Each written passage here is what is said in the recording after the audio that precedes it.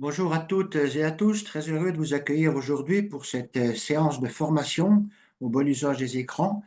Je rappelle que nous avions organisé en 2022 un premier forum sur la cyberviolence chez les jeunes sportifs qui s'appuyait sur une enquête menée auprès de 1700 jeunes. Et déjà là, cela nous avait permis de découvrir la situation quelquefois dramatique de certains jeunes par rapport à leur addiction aux écrans. Et donc, nous avons décidé de continuer cette action en 2023. Nous avons organisé un webinaire justement sur l'addiction aux écrans pour essayer d'aller encore plus loin avec des spécialistes voilà, en neurosciences, mais également en médecine et en psychologie. Aujourd'hui, nous sommes là pour une formation, une session de formation de 2 heures consacrée justement à la formation au bon usage des écrans, qui va passer en revue les effets des écrans sur la santé, le cerveau, mais également la performance sportive, également les astuces pour limiter le temps d'écran, qu'il s'agisse des enfants, mais également, c'est vrai aussi pour les adultes, et puis comment prévenir les dérives comme la violence, le harcèlement, la haine en ligne, et en fait aussi valoriser les écrans quand ils sont utilisés pour la pratique d'activités physiques et sportives. Et donc voilà, nous allons passer 2 heures ensemble avec Karine Dupuis, que je remercie, pharmacienne, spécialiste en neurosciences, mais également en sport santé, qui va donc animer cette réunion de 2 heures. Et donc, sans plus tarder, je vais lui passer la parole, tout en signalant quand même que la situation est dramatique. Vous avez entendu les informations récentes et la position également du président de la République, Emmanuel Macron, sur l'addiction aux écrans, puisque on a découvert que des enfants de 2 ans, déjà 2 ans, passaient 56 minutes et quelques sur leurs écrans. Et ensuite, eh bien, on monte en temps, 5 ans et demi, 1h34 sur les écrans. Donc la situation est vraiment dramatique et il était temps de faire quelque chose. J'espère simplement que cette formation d'aujourd'hui vous ouvrira les yeux, permettra également d'aller plus loin avec l'ensemble de vos équipes. Puis nous, on mettra à votre disposition, bien sûr, l'enregistrement de cette formation et tous les éléments également affichage que vous pourrez également mettre en avant dans vos communications. Voilà, sans plus tarder, je passe la parole à Karine et je vous souhaite une excellente séance de formation. Bonsoir à toutes et tous. Cette conférence se veut interactive, hein. Je vais en tout cas tenter de vous apporter quelques notions par rapport à tout ça. Je vous propose vraiment de poser vos questions en temps réel de la conférence. On va parler du bon usage des écrans. Comme l'a dit très justement Jean-Pierre, alors historiquement parlant, je suis pharmacienne, j'ai travaillé pendant plus de 20 ans dans le domaine des neurosciences. Bien évidemment, j'encadre, je suis aussi professionnelle dans le sport, j'encadre dans les sports nature et notamment en triathlon. Ça faisait écho aussi, hein, à une réunion qui avait été organisée par le comité français du fair play sur les écrans où j'avais parlé beaucoup aussi de l'impact, hein, sur la performance sportive, parce que bien évidemment, il y a les dérives inhérentes aux écrans. On va le voir, Jean-Pierre en a parlé, le cyberharcèlement, la cyberviolence. C'était évident qu'il fallait l'aborder sur une année olympique avec tous nos athlètes qui sont en ce moment sur la course à l'image et qui a aussi voilà, des conséquences sur les performances sportives. On en parlera aussi. C'est parti donc pour cette formation sur le bon usage des écrans. J'ai mis bon usage des écrans, hashtag prévention. Alors c'est la pharmacienne qui parle, hein. Voilà, je ne veux pas que cette conférence soit quelque chose où on va diaboliser les écrans parce que, vous le savez, les écrans, on peut les utiliser aussi à des vertus sur des aspects très spécifiques sur le versant médical. Donc, il ne faut pas les diaboliser. Par contre, bah, c'est comme un médicament. Hein, si on l'utilise mal, eh ben, il y a des dérives et c'est ce que nous allons voir. Je vous propose en tout cas pendant ces 2 heures de voir les effets des écrans sur la santé, sur la performance sportive, on en a parlé. Et puis après, on enchaînera sur la deuxième partie. Alors oui, mais c'est sympa tout ça, mais les écrans font partie de nos vies, hein, les ordinateurs, les tablettes, les téléphones. Comment, au quotidien, trucs et astuces, voilà, sur le bon usage des écrans et pour pas en arriver à des dérives. Et on terminera bien évidemment par les dérives, tout ce qui est en lien avec le violence, le harcèlement, la haine en ligne, c'est tous les jours. Et malheureusement, Jean-Pierre, hein, qu'on a aussi dans le milieu sportif, des choses qui se passent, des dérives en lien avec ces écrans, pour être en lien avec beaucoup d'éducateurs sportifs, hein, sur les terrains, voilà, avec vraiment des débordements les week-ends, des choses, des vidéos qui sont prises et qui sont diffusées derrière. Ça pose vraiment question. Avant de rentrer sur ces 3 parties, hein. J'avais envie de vous parler de ça. Un article qui est paru très récemment. Le sport féminin, les parasportifs étaient en retrait sur les écrans. Alors, c'est un peu l'ambivalence, c'est-à-dire que on est dans un monde d'ultra connexion et à l'inverse, il y a tout un tas de choses, notamment sur le sport féminin qui n'est pas mis, en tout cas, au goût du jour. Et puis tout ce qui est événement parasportif, vous savez, hein, à part les JO paralympiques, il n'y a pas grand-chose qui est en tout cas diffusé entre guillemets sur les ondes pour promouvoir tout ce qui est sport paralympique ou sport adapté. Cet article parlait de cyberharcèlement et donc il y a eu une enquête, hein, qui a été faite et c'est ce que mettait en exergue cet article. Ils ont posé la question aux gens, il y a quand même 53% des Français qui reconnaissent avoir déjà publié au moins un message négatif sur les réseaux sociaux à propos d'un athlète. Vous vous rendez compte, un Français sur deux avoue avoir un jour été peut-être dans un début de dérive. Deuxième élément interpellant, parmi eux, il y en a quand même 12% qui disent qu'ils ont déjà publié des messages insultants sur un sportif et 13% qui envoient des messages privés, c'est-à-dire que vous imaginez, alors c'est pour ça que je voulais faire un focus déjà sur nos athlètes, hein, avec toutes les attentes qu'il y a sur leur performance, ils reçoivent un nombre de messages, alors déjà publics, donc quid de la gestion émotionnelle de ça, et derrière, c'est aussi en privé, c'est-à-dire que vous savez que maintenant, il y a plein de sportifs qui ont bloqué d'ailleurs leur compte et on ne peut plus leur envoyer de messages privés. Je pense notamment par rapport à Instagram, etc. Donc, quelque part, au-delà du fait que ça touche tout le monde, ça touche également nos sportifs de haut niveau. Et bien évidemment, ça pose aussi question par rapport à aujourd'hui, quelles actions sont mises en place pour les protéger? Est-ce qu'on forme nos sportifs de haut niveau à modifier les paramètres de son compte Instagram de façon à ne pas recevoir des messages de monsieur et madame tout le monde et de ne pas être impacté émotionnellement à la veille d'une compétition par une remarque XYZ, voire tout ce qui est en lien sur les dérives de cyberharcèlement, violence, discrimination, racisme, etc. Et enfin, dernier chiffre que je voulais vous donner, il y a 32% des Français qui estime normal que quand on est public, eh ben, on doit faire avec. Autre point, voyez, c'est le dernier exemple, c'est la judoka Romane Diko, hein, la championne du monde de 2022 en plus de 78 kilos, qui a été la cible de propos racistes, sexistes et grossophobes, puisque pour avoir publié une vidéo où elle effectue un pas de deux sur le ballet Casse-Noisette. La problématique actuelle, c'est aussi l'anonymat, hein, qu'il peut y avoir. Difficile de retrouver les gens, en tout cas quand il y a des propos qui devraient être sanctionnés. Et deuxième élément, c'est quid des sanctions, hein, parce que même quand on retrouve, en tout cas, les auteurs des actes, vous savez qu'aujourd'hui, au niveau de la loi tarde par rapport à aujourd'hui les pratiques qui sont faites. Et alors, on va finir par une note quand même positive, c'est qu'il y a quand même 70% des Français qui ont posté une note positive à l'encontre d'un sportif. Mais bon, c'est des chiffres qui interpellent. Donc voilà, alors je reprends un peu là dans le chat, je vois qu'il y a des questions.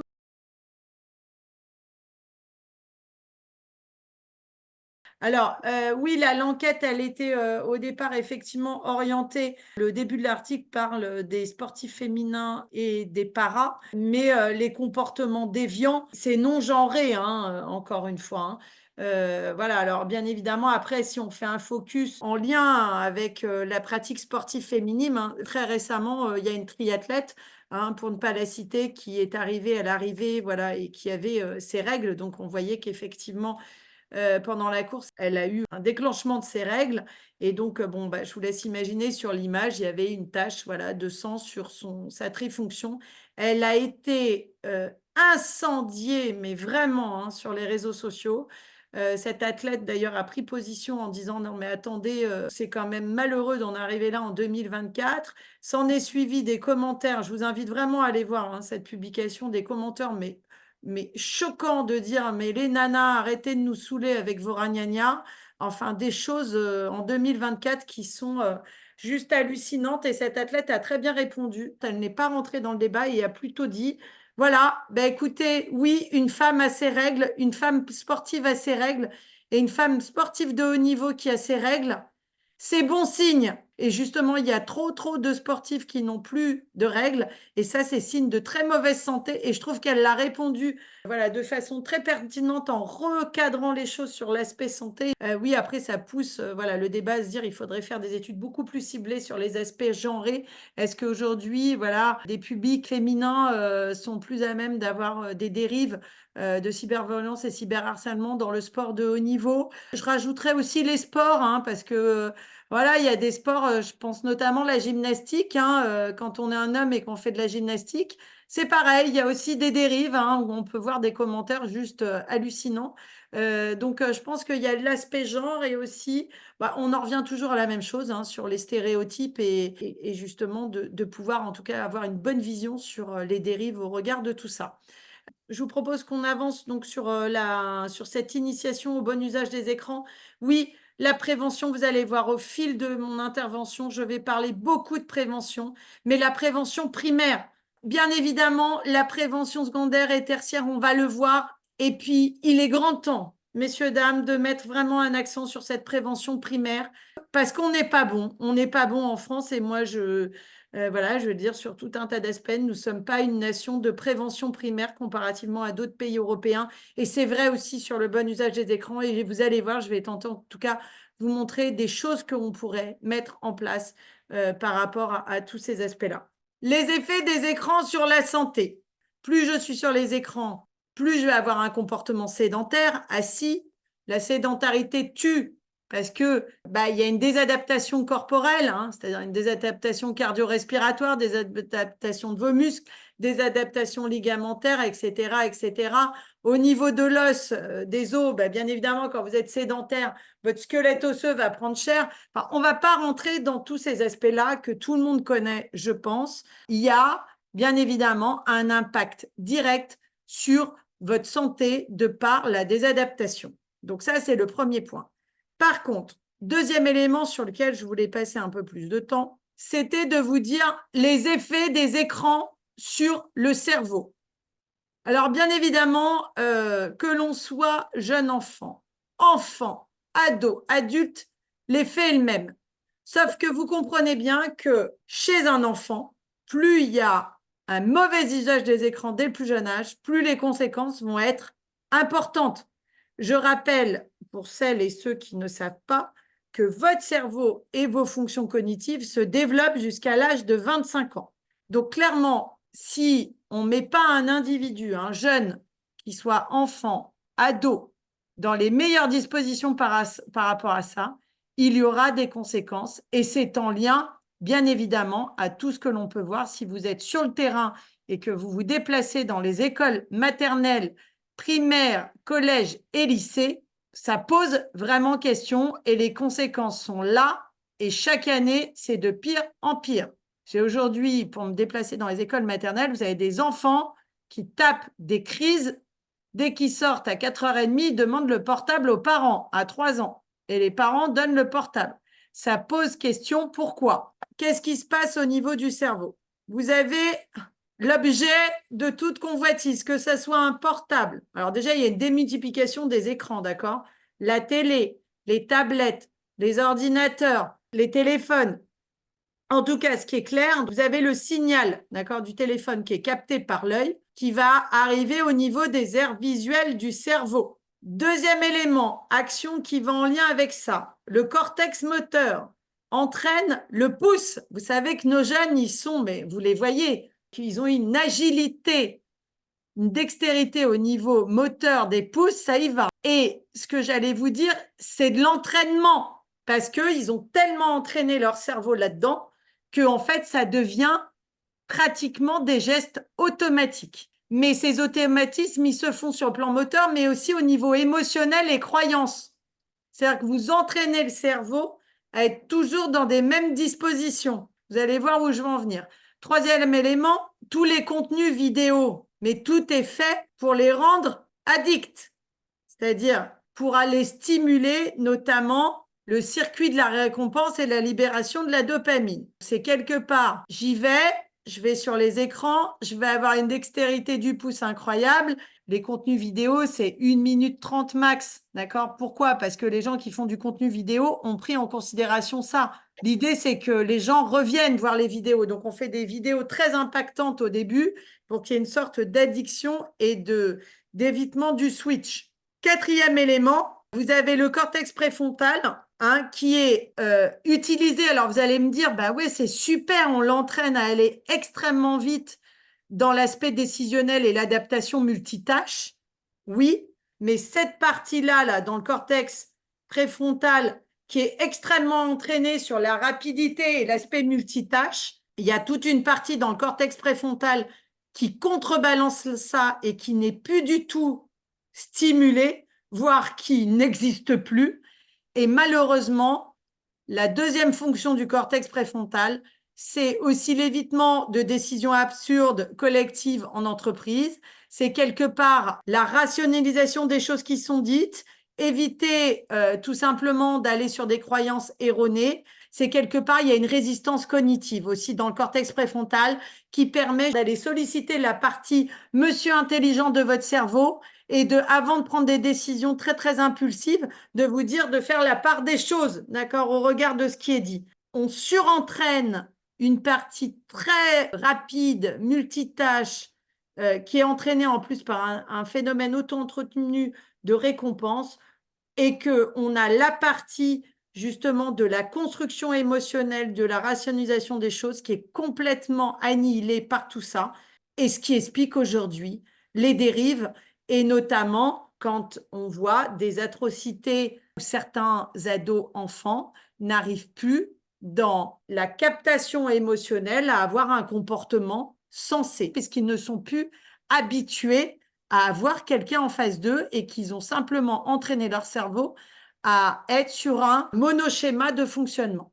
Donc, aujourd'hui, c'est en lien à tout un tas aussi de réactions que l'on peut voir, de problématiques mentales qu'on voit émerger. Le cerveau, c'est un muscle. Si vous l'entraînez toujours sur des mêmes modes de fonctionnement, il va préférentiellement agir de la façon dont on s'entraîne. Aujourd'hui, il est juste pas possible qu'on laisse des enfants pour qui le cerveau ne sera figé, entre guillemets, qu'à l'âge de 25 ans, à sursolliciter le circuit de la récompense et ne pas faire en sorte de contrecarrer ça, parce que l'autre partie, comme je vous l'ai dit, c'est la partie rationnelle du cerveau, en tout cas le monsieur intelligent, qui est en lien avec tout un tas de choses, et notamment des fonctions exécutives qui permettent d'être efficaces, de planifier des actions, etc. Donc, quelque part, notre cerveau n'a pas évolué depuis le temps des cavernes, le cerveau reste le même, mais on est en train de l'entraîner que sur des mêmes tâches. Et c'est ça le danger. Bien sûr qu'il y a des actions à mener spécifiquement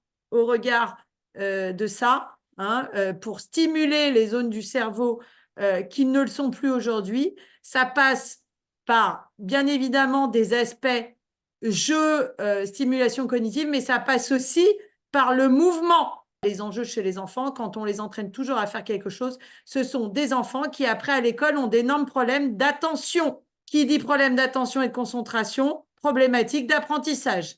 Personne n'arrive à mémoriser quelque chose sans être attentif. Si on fait un focus aujourd'hui en se disant, bon, mais qu'en est-il vraiment d'aujourd'hui de la consommation des écrans? Macron l'a respécifié dans sa conférence du 16 janvier 2024. Il y a une étude qui a été faite, que je vous invite vraiment à aller regarder. Le temps d'écran quotidien moyen est de 56 minutes à 2 ans. Un enfant de 3 ans et demi, on est à 1h30. Et si on monte jusqu'à 5 ans, enfin voilà, entre 3 et 5 ans, on est à 1h30 d'écran par jour. Un gamin entre 3 et 5 ans a aujourd'hui 10 heures, 11 heures de connexion par semaine. Sur la santé, l'aspect corporel et la désadaptation, vous comprenez bien que dans ces phases-là, on est aussi sur le développement des habiletés motrices primaires qui vont être en lien direct avec tout un tas de choses au niveau cognitif. Je passe aujourd'hui dans les classes, et je commence après les vacances d'ailleurs, sur un programme où l'enfant va être acteur de sa prévention, et y compris sur les écrans. Aujourd'hui, à l'école primaire, les enfants doivent être responsables. On doit les responsabiliser sur leur temps d'écran et leur consommation d'écran. Parce que bien évidemment, il y a de la dépendance psychique. Je vous l'ai dit, on stimule le circuit de la récompense. Il y a aussi quand vous êtes sur les écrans, vous ne jouez pas avec les copains et les copines. Ça, c'est terrible par rapport à la construction mentale, émotionnelle de la relation à l'autre. Et donc, du coup, ça va pousser quoi? Ça veut dire que plus tard, ce sont des enfants qui seront complètement désadaptés dans la communication à l'autre. Donc, ils ne seront pas aptes à prendre une réaction émotionnelle de l'autre et il y aura des comportements inadaptés et on le voit. Bien évidemment, les problématiques d'attention sont en lien aussi avec de l'agitation perpétuelle.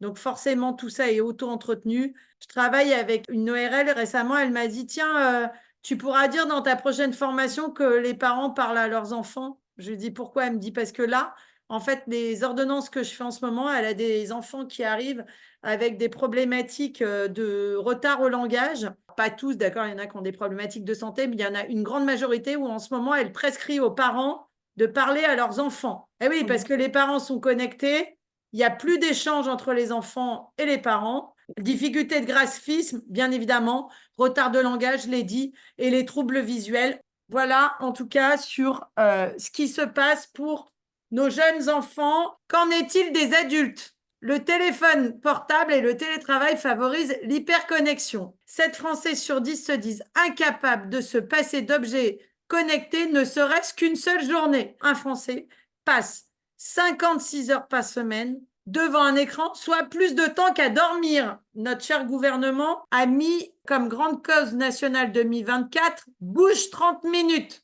Un adulte est assis en moyenne 12 heures dans une journée travaillée et 9 heures dans une journée non travaillée. Quand vous adoptez des comportements sédentaires la semaine, le week-end, vous n'en faites pas plus. Vous restez assis aussi. Vous êtes dans des dispositions, vous entraînez votre cerveau à être assis. Sur l'addiction aux écrans, les enfants et les adolescents passent 4 heures par jour devant les écrans, alors qu'il y a école. Au lycée, ils ont un ordinateur ou une tablette. Toute la communication avec les professeurs se fait par écran. Entre les enfants et les ados qui passent 4 heures par jour devant les écrans, les adultes passent 56 heures par semaine devant les écrans et quand ils rentrent chez eux, encore sur les écrans. Parce que 80% des adultes, quand ils rentrent chez eux, passent 3 heures devant un écran chaque jour. En plus, je vous ai dit, il y a un phénomène addictif au regard des contenus qui sont publiés.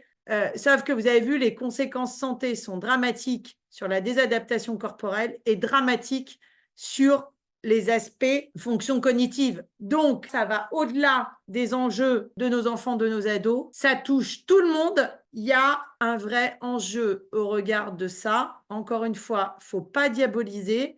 Mon ami François Carré, que vous connaissez sûrement, hein, qui est professeur en cardiologie, président du collectif Une France en forme, il le dit à chaque fois, il y a un tsunami sociétal au regard du fait que les gens sont assis. Donc, c'est pour vous dire que tout ça a des conséquences santé très, très importantes. Alors, bien évidemment, les effets sur la santé, pareil que les enfants, des adaptations corporelles, santé mentale. Aujourd'hui, vous le savez, en entreprise, une énorme problématique sur ce partage entre la vie privée et vie professionnelle, puisqu'en général, en plus, les gens travaillent en télétravail. Si ce n'est pas accompagné, ça peut être vraiment très dangereux pour les dérives. Manque de disponibilité aux autres. Il y en a beaucoup qui travaillent dans leur chambre avec un bureau aménagé en télétravail. C'est compliqué hein, parce que mentalement, vous n'avez pas la séparation vie privée, vie professionnelle. Hein. Bien évidemment, les difficultés relationnelles, quand vous êtes sur les écrans, vous n'êtes plus du tout habitué à parler à des gens. Quid de la captation émotionnelle de l'autre, de la réaction, comment vous allez prendre l'émotion de l'autre. Pire, les comportements dangereux. Moi qui fais beaucoup de vélo là, les piétons, s'il vous plaît, quand vous êtes piéton, vous êtes piéton, regardez pas votre portable, quoi, en fait. Donc, plus tous ceux qui marchent avec leurs écouteurs et qui pensent qu'ils sont tout seuls. Pire, en conduisant un véhicule. Évidemment, mes amis ophtalmo ont de plus en plus de problématiques de gens avec des problématiques visuelles. Bah oui, hein, vous restreignez votre champ de vision tout le temps, tout le temps. Alors ça, peut-être un peu moins connu. Quand vous êtes comme ça sur les écrans, ben, vous faites plus assez de larmes. D'accord? Parce que quand vous êtes sur les écrans, vous avez un moindre clignement des yeux. Donc, les gens sont sur les écrans.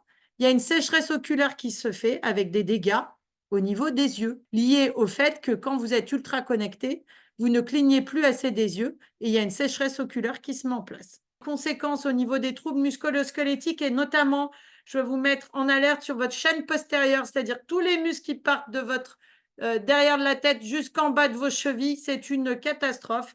vous les désadaptez totalement avec tout un tas de conséquences. Et c'est pour ça qu'il y a autant de gens qui ont mal aux genoux.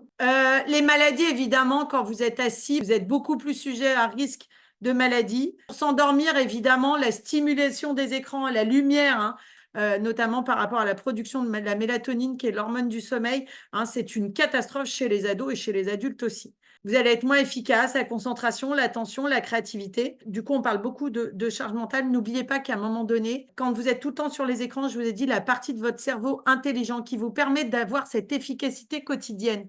C'est-à-dire au regard, vous savez, de votre to-do list et des petits post-it que vous avez, quel post-it vous allez prioriser aujourd'hui pour avoir cette efficience. Finalement, comme votre monsieur intelligent est complètement annihilé parce que vous êtes ultra connecté, que vous stimulez toujours les mêmes zones de votre cerveau et que vous ne développez pas votre monsieur intelligent, vous n'arrivez plus à prioriser vos tâches. Donc, du coup, vous n'arrivez plus à prendre des bonnes décisions. Comme vous ne prenez plus des bonnes décisions, vous avez l'impression de ne pas avancer dans votre vie.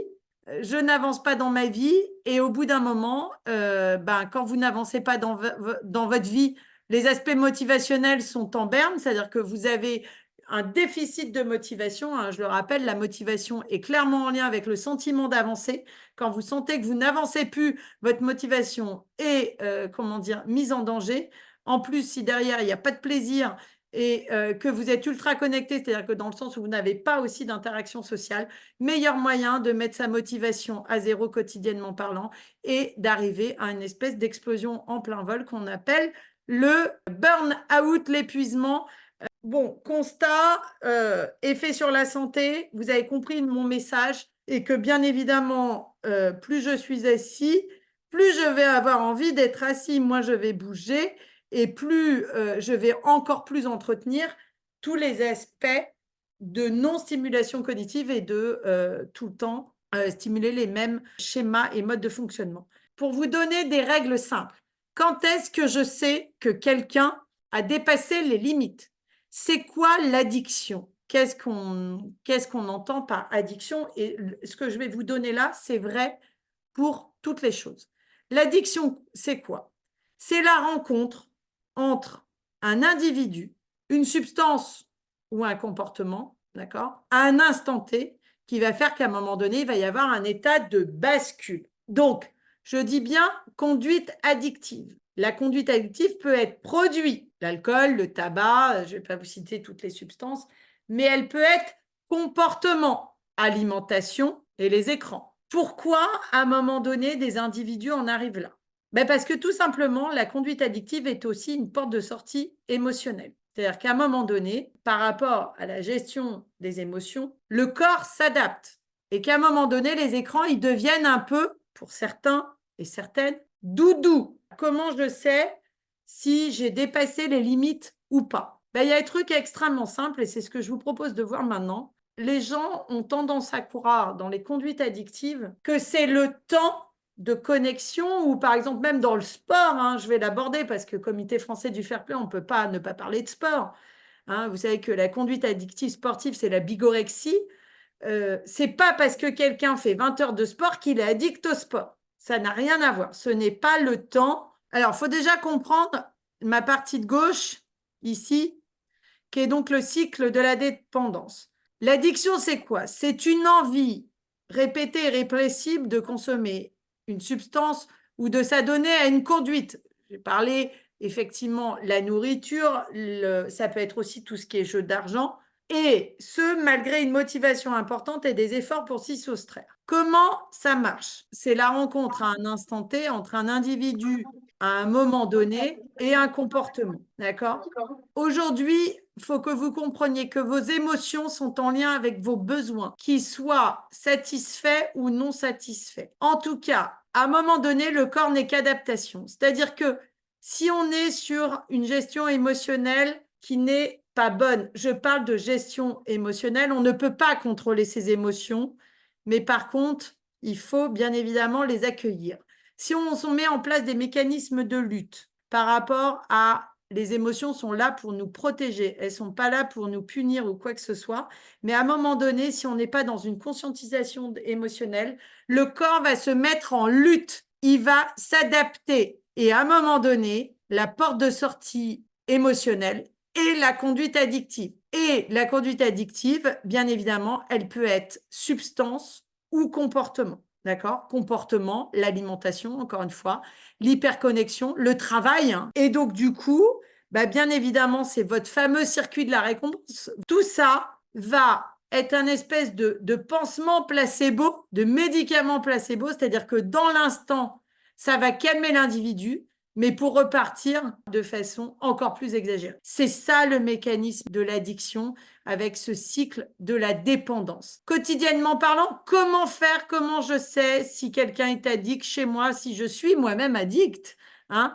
Eh ben, je vais vous dire, c'est la règle des 5 C. La règle des 5 C, c'est-à-dire que vous avez, le premier, c'est ici, vous voyez, c'est la perte de contrôle. Vous sentez que vous avez perdu le contrôle. Le deuxième C, c'est la consommation, c'est-à-dire que vous ne pouvez pas lutter, vous avez envie de consommer. C'est compulsif, c'est continu, d'accord? C'est pas une seule fois, ça revient. Les gens ne peuvent pas lutter. Et le dernier élément qui doit vous alerter, il faut que les gens consultent quand ils dépassent cette ligne-là, c'est les conséquences, c'est-à-dire que la personne, tout tourne autour de ça. On est en train de manger à table, je prends mon téléphone, je lis mes mails, je suis en réunion familiale, je prends mon téléphone, je suis sur Instagram. Je ne peux pas m'en empêcher. Le pouvoir addictif des choses, bien évidemment, va influencer, comme quand on parle par exemple de conduite addictive sur les substances.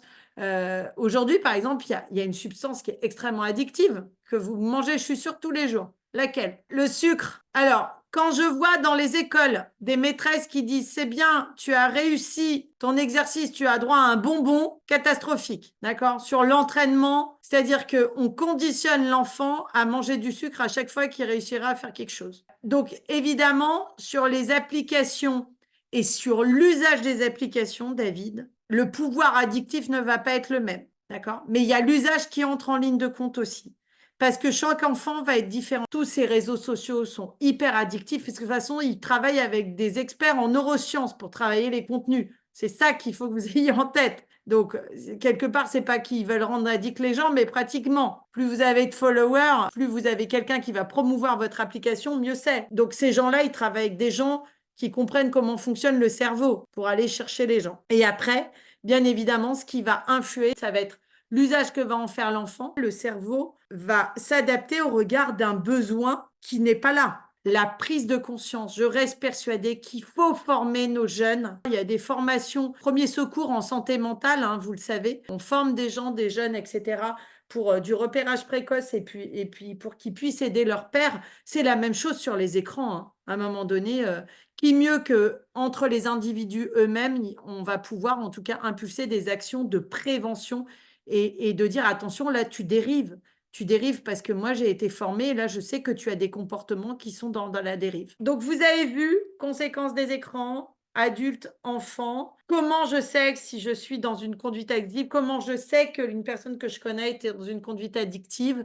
La règle des 5 C, c'est-à-dire qu'à un moment donné, tout tourne autour de ça. Il faut aussi arrêter de croire, oui, mais c'est normal, on est dans un monde d'écran. Non, à un moment donné, il faut pouvoir aussi bien identifier des comportements qui sont à risque versus ceux qui ne le sont pas. Et ça, rien de mieux qu'une formation. Merci le Comité français du fair play. Et nous, on est à votre service. Vous êtes un club de sport associé à une fédération. Mettez-nous en lien avec les fédés et qu'on monte des programmes dignes de ce nom pour ceux qui ont envie de faire bouger les lignes. Alors, je vais aller plus loin, Karine, tu as tout à Ouais. fait raison. Je vais plus loin avec l'ensemble des fédérations qui sont membres du Comité français du fair play. Il y en a 70 actuellement, donc une grosse majorité. Je crois qu'on peut décliner un peu tout ça au niveau des fédérations elles-mêmes et de l'ensemble des membres des fédérations, les entraîneurs, les encadrants, les présidents de fédération. Donc, je crois qu'on a une action là qui peut être engagée. C'est très bien d'avoir tendu la perche. Je pense qu'on a, à la lumière de tout ce que tu viens de dire, très intéressant, très enrichissant. On a une communication à faire vis-à-vis des fédérations. On va s'y engager. Je dis toujours, seul on va vite, ensemble on va plus loin. Bon, Jean-Pierre, bien évidemment, il est la pierre angulaire de tout ça. Il va pousser à son niveau de ce qu'il peut pousser. Mais après, sur le terrain, sur vous, voilà, c'est à vous. Contactez-nous. Voilà, on est là aussi pour vous aider. Pour nous aussi, c'est important. C'est dire que voilà, les acteurs de terrain, vous êtes là. Maintenant qu'on a vu l'impact des écrans, sur la santé enfants, ados, adultes. Je voulais vous parler de l'impact des écrans sur la performance sportive. Alors, bien évidemment, pour être en lien avec des sportifs de haut niveau qui vont faire les JO, également aussi des paratriathlètes, tout ce qui est aussi discipline paralympique. Tous les sportifs que je vois et que j'ai vus ces dernières années, pour avoir échangé longuement avec eux, je me dis toujours, mon Dieu, que ça doit être dur. Quand ils sont jeunes, ils commencent à faire des performances sportives, commencent à communiquer sur les réseaux, commencent à avoir des sponsors qui arrivent. Il commence à y avoir toutes ces choses-là que vous avez peut-être connues, que vous connaissez sûrement par le biais des sportifs XYZ que vous connaissez, qui sont peut-être nos futures pépites de demain. Sauf que personne ne les accompagne au regard de ça. Pourquoi? Premièrement, quand on est jeune et sportif de haut niveau, on commence à faire des résultats. On commence à avoir des sponsors.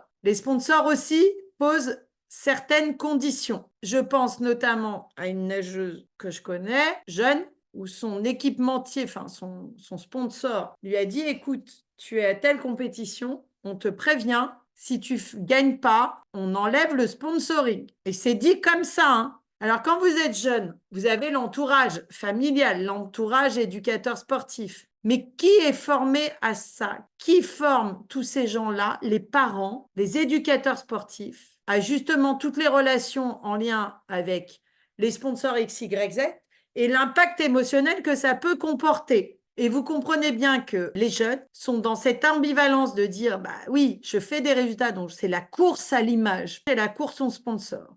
Sauf que quand vous êtes sur une course à l'image et aux courses au sponsor, ça crée tout un tas de choses déjà au niveau émotionnel. Vous imaginez, hein, avec des sportifs qui, on le sait, statut extrêmement précaire, avec des gens qui vont faire les JO avec des statuts précaires. Ce que je veux dire, l'impact, il est déjà émotionnel. Personne ne fait des choses pour les accompagner au regard de ça. Très récemment, il y a plein de communiqués sur la santé mentale des sportifs, et moi je dis des jeunes sportifs, voilà, dans toutes les entités, on devrait sensibiliser les jeunes, les équipes encadrantes et les familles à tous ces aspects-là.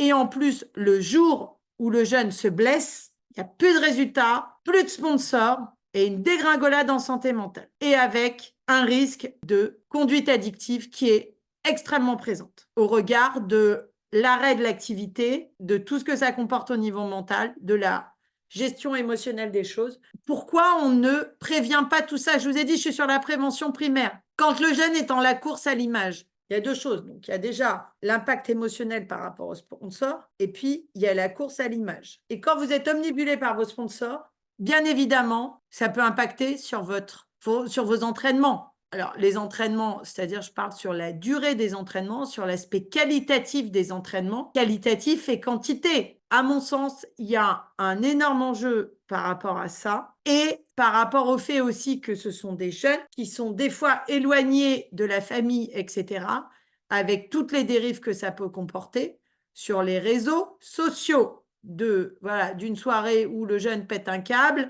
fait n'importe quoi, il y a machin qui filme, qui remet sur les réseaux sociaux ou je ne sais quoi. Les jeunes sportifs de haut niveau sont des populations vulnérables, plus en santé mentale. Ça, c'est pour nous. Donc, vous comprenez bien, impact, bien évidemment, au regard de l'aspect qualitatif et quantitatif de l'entraînement. Quand vous êtes à la course à l'image, forcément, ça génère du stress. Forcément, si vous n'êtes pas préparé à tout ça. Et réseaux sociaux, l'exposition à l'image, elle est monstrueuse avec les dérives, encore une fois, que ça peut comporter. Et en plus, quand vous faites des résultats, forcément, il y a des fois, dans certains environnements sportifs, pas forcément les bonnes personnes qui traînent autour de vous, ce que j'appelle les opportunistes. Donc ça, c'est pour nos jeunes. Donc là, la prévention, elle doit être à la fois sur le jeune, sur les entraîneurs, sur tout ce qui gravite autour du jeune, surtout certains sports. Tout ça est quelque part vecteur d'ascenseur social. Pour ce qui est de nos sportifs de haut niveau, oui, il faut les préparer à la blessure. Oui, il faut les préparer par le sponsor. Oui, il faut les préparer à leurs images. Comment gérer leur image? Oui, l'image, oui, mais pas l'image à tout prix. Vous avez compris mon message. Sur nos sportifs adultes, c'est la même chose. Ce n'est que la continuité de ce que l'on doit faire quand ils sont jeunes, hein. Mais simplement, voilà, les actions qui seront faites sur les jeunes ne seront peut-être pas les mêmes chez les adultes. On peut aller extrêmement loin. La course à l'image peut aller jusqu'au dopage, d'accord? Je veux performer coûte que coûte, en me flinguant ma santé, d'accord? Donc, tout ça, c'est important qu'en France, on se structure au regard de tout ça pour des aspects de prévention primaire pour connaître voilà, tout un tas de sportifs de haut niveau et avoir échangé encore il y a 24 heures avec un qui fera les JO. Il me dit: merci Karine d'aborder la santé mentale parce qu'il y en a marre, c'est extrêmement tabou, personne n'en parle et les écrans, cette course à l'image, c'est une course effrénée parce que statutairement parlant, vous pouvez avoir des statuts extrêmement précaires parce que nous, on connaît tous les sportifs, ceux qu'on voit là, qui sont extrêmement accompagnés, mais il y a le ventre mou, là, l'entre-deux. Ils sont pas encore sportifs, tout à fait sportifs de haut niveau, mais ils le sont. Et ce ventre mou, c'est vrai que cette course à l'image, elle peut être vraiment extrêmement dangereuse avec des risques de conduite addictive fréquentes, des risques de santé mentale. Il y a notamment un nageur, la Camille Lacour, qui est en train aussi de raconter sa dégringolade là en ce moment. Et tout ça, ça pose question et c'est super qu'il y ait des sportifs qui disent oui, moi, j'ai plongé par manque d'accompagnement, j'ai plongé. Et vous comprenez bien aussi que les sponsors, bah, on est dans un milieu d'argent.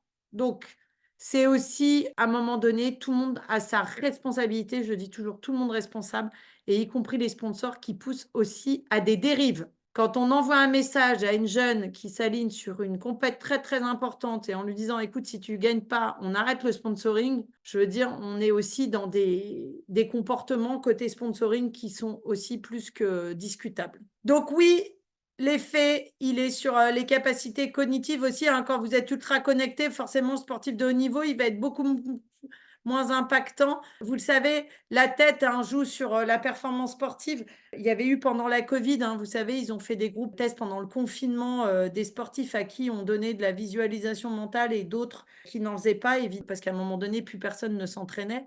Hein, vous vous souvenez quand on a eu le gros confinement et les sportifs à qui on a donné des choses de préparation mentale et de visualisation mentale, quand ils sont retournés sur les terrains ou peu importe dans leur sport de prédilection, il y a eu une réactivation extrêmement vite sur le versant moteur parce qu'il y avait eu toujours une activation mentale des choses. Donc oui, ça va dans les deux sens, c'est-à-dire que le mental est en lien direct avec la performance sportive, mais les écrans peuvent être aussi extrêmement délétères sur la performance sportive. On va passer à la suite. J'allais vous dire, bah alors, comment on fait le bon usage des écrans au quotidien pour monsieur et madame tout le monde et pour nos sportifs de haut niveau. Encore une fois, l'idée, c'est de ne pas en arriver à une interdiction. Quand vous voulez changer le comportement d'une personne, déjà, on ne peut pas obliger quelqu'un à faire quelque chose qu'il n'a pas envie de faire. Vous-même, en général, vous n'aimez pas quand on vous oblige à faire quelque chose que vous n'avez pas envie de faire. Ou alors vous le faites sur quoi? Une très courte durée, ça ne va pas durer. Donc pour une action pérenne, c'est-à-dire dans le temps, et si on veut un bon usage d'écran, bah bien évidemment, il ne faut pas interdire, il ne faut pas obliger, et il faut être dans une démarche d'empowerment. Qu'est-ce que l'empowerment? C'est-à-dire remettre l'individu au cœur même de sa prise en charge, en tout cas de son comportement. Je rappelle qu'aujourd'hui, en France, on a plein de gens qui sont en lien avec des publics. Personne n'est formé aux entretiens motivationnels. Depuis quand on encadre des gens, que ce soit dans le sport, depuis quand on est dans des mécanismes de transmission de connaissances à l'école avec des gens qui ne sont pas formés aux entretiens motivationnels. Les entretiens motivationnels, c'est comment justement on va pouvoir être un guide pour l'individu et travailler sur son empowerment, c'est-à-dire c'est pas faire à la place de l'autre, mais c'est le guider, que l'autre prenne conscience que, bien évidemment, cet empowerment et l'entretien motivationnel va passer par de la connaissance, comprendre. Je dis toujours, si vous avez un ami et que vous voulez qu'il arrête de fumer, c'est pas en lui répétant fumer ça tue qu'il va arrêter de fumer. En tout cas, on n'arrivera pas à embarquer un grand nombre de personnes. Dixit, les chiffres du nombre de fumeurs en France. Comment, vous voyez que le comportement de santé, le comportement par rapport aux écrans, bien évidemment, va pas falloir interdire, va pas falloir obliger, pas d'interdiction, pas d'obligation, mais beaucoup d'empowerment, de responsabilisation et par le biais de techniques motivationnelles. Ça se fait pas genre allez, sois courageux, arrête de fumer. Non, c'est pas comme ça que ça marche. Allez, sois courageux, arrête de prendre ton écran, ton portable. Non, c'est pas comme ça que ça marche. Voire pire, hein, quand vous dites à quelqu'un arrête de fumer sur des fumeurs, vous allez consolider ce comportement et l'aggraver. Dans une intention de prévention, vous allez augmenter le comportement. Ce que j'allais vous dire, bah oui, il faut former les gens aux entretiens motivationnels. Oui, il faut informer les gens, comme ce qu'on tente un peu d'initier aujourd'hui, c'est-à-dire pour le bon usage des écrans. Premièrement, il faut que les individus comprennent ce qui se passe quand ils se connectent. Si on n'explique pas aux gens ce qui se passe, comment voulez-vous qu'ils agissent? C'est pas en adoptant des postures stigmatisantes qu'on va changer leur comportement. Par contre, en leur apportant de la connaissance. Moi, je le dis, je passe dans les classes des enfants, je leur explique comment ça marche dans le cerveau. Je leur dis. Je leur dis aussi que même s'ils veulent faire du e-sport, les équipes de e-sport, ils ne sont pas connectés H24, 7 jours sur 7 sur les jeux. Ils ont des sportifs olympiques qui les encadrent sur le versant sportif. L'idée, c'est apporter de la connaissance, comme je vous ai mis sur ma slide que je vais vous remettre, être dans une démarche d'empowerment, aider les gens à comprendre, ne pas juger, ne pas stigmatiser, ne pas arriver à interdire et surtout utiliser des techniques pour remettre l'individu au centre des choses et que l'individu soit aussi moteur et acteur, entre guillemets, d'actions innovantes. Quand on me dit, oui, mais pour les ados, qu'est-ce qu'on pourrait mettre en place pour limiter leur temps d'écran? Mais allons travailler avec les ados. Pourquoi c'est les adultes qui mettent en place des actions pour les ados? Donc, vous voyez que c'est comme ça qu'il faut que l'on travaille, c'est-à-dire que aussi les actions de prévention aux écrans doivent se faire en collaboration avec pour qui elles sont destinées. Les accompagner, les guider, mais pas faire à leur place d'eux. Alors après, il y a quelques quand même lignes à avoir. Par exemple, sur le bon usage des écrans chez les enfants. Bon, bah, pas le matin, pas pendant les repas, pas avant de se coucher, pas dans la chambre de l'enfant. C'est ce que je dis actuellement dans les écoles primaires, parce qu'on s'y perd, hein, d'accord, au bout d'un moment dans les conseils. Et là, vous voyez, après les vacances, je vais passer dans des classes, et je remercie d'ailleurs la ville de Palaiseau qui pousse ce programme-là, où on est en train de monter un programme où l'enfant est préventeur de sa santé. C'est de se dire, ben, on va poser la question aux enfants, qu'est-ce que t'apportent les écrans? Alors, ils vont nous parler de tout un tas de choses.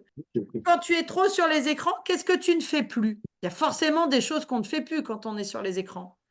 D'accord? Donc, vous voyez, on va les amener dans la démarche et de leur dire, voilà, à un moment donné, les écrans, OK, mais dans une bonne gestion et dans un bon usage. Et donc, l'idée, c'est aussi d'apprendre l'enfant à se réguler et de se dire, mais voilà, OK, il y a les jeux vidéo, OK, il y a les dessins animés, OK, il y a la partie télé, OK, tu peux regarder les écrans pour des mécanismes d'apprentissage, pour apprendre des choses, pour regarder des photos. Mais l'idée, c'est de se dire, tu joues sur les écrans et tu fais une pause. Une pause qui peut être un puzzle, un dessin, de la musique, etc. Et ça, avec des régulations de 30 minutes. Parce que si on ne met rien en face des écrans, c'est l'écran.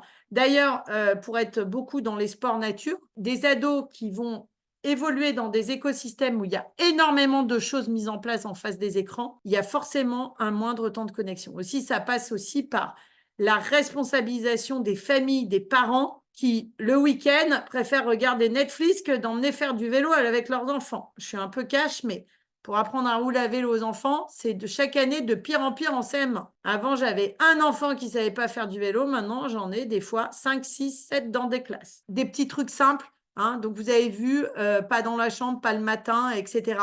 Des petites règles à instaurer, voilà. Et puis après aussi à trouver des règles avec les enfants en collaboration. Les adultes, l'hyperconnexion, ben déjà, s'il vous plaît, arrêtez de manger devant vos écrans, ça serait plutôt pas mal.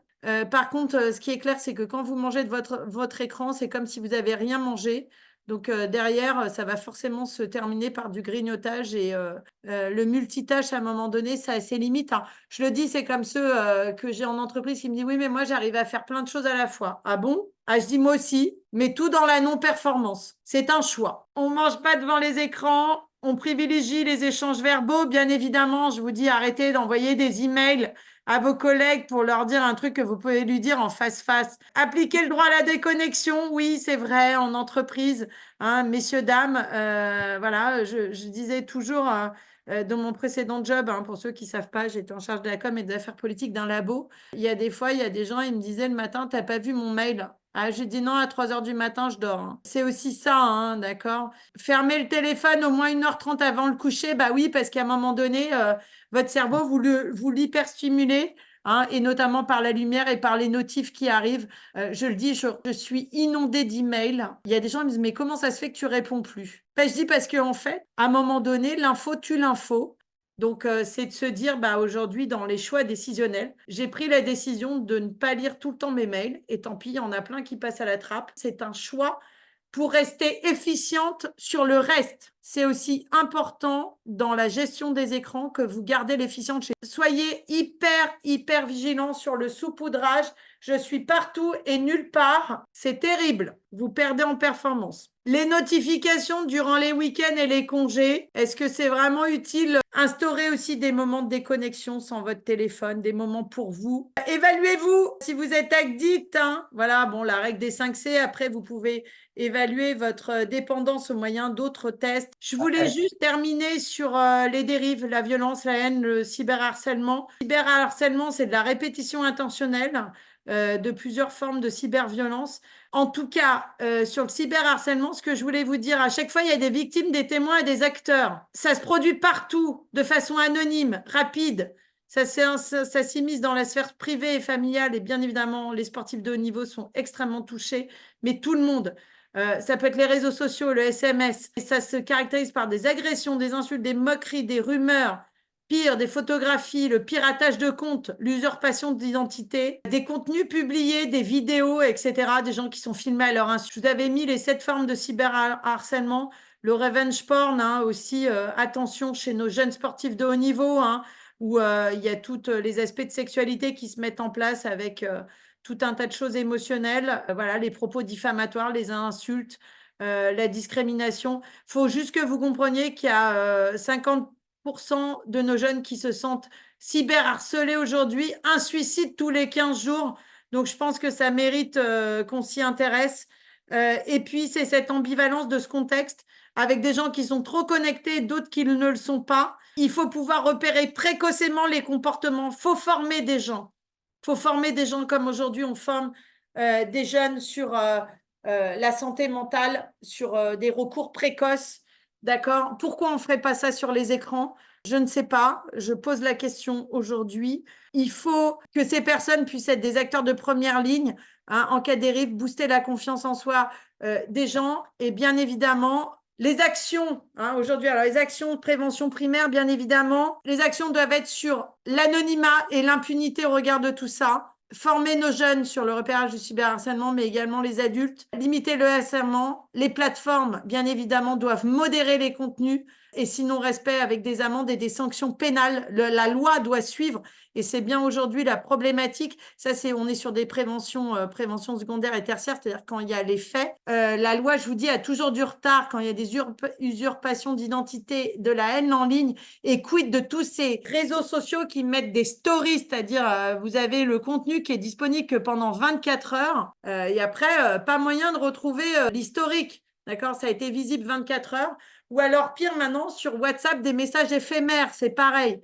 Alors là, on peut balancer une insulte, n'importe quoi, ça dure 24 heures et après, on n'a aucune traçabilité. Donc, ça pose problème aujourd'hui aussi sur les preuves, sur les actions de prévention secondaire et tertiaire.